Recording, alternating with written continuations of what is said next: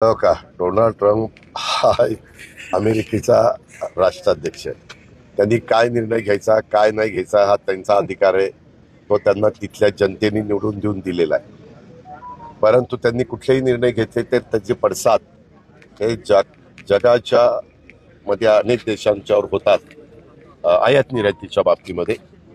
आणि त्याच्यामुळं ते मधीच निर्णय घेतात, कधी फोन करून आपल्या पंतप्रधानांना शुभेच्छाही देतात, पुन्हा म्हणतात पण बाबा माझा आणि त्यांचे चांगले संबंध आहेत. माझ्या माहितीप्रमाणे आता पियुष गोयल पण काही कामाच्या निमित्तानं तिकडं चाललेले आहेत. शेवटी जसं आपण म्हणतो आपल्या भागामध्ये काम करत असताना एक जातीय सलोखा राहावा, सगळ्यांनी जाती धर्माच्या लोकांनी गुण्यागोविंदाने राहावं, तसं जगाचा विचार करत असताना पण जगामध्ये एक चांगलं वातावरण राहावं, पीसफुल वातावरण राहावं, अशी साधारण बहुतेकांची अपेक्षा असते.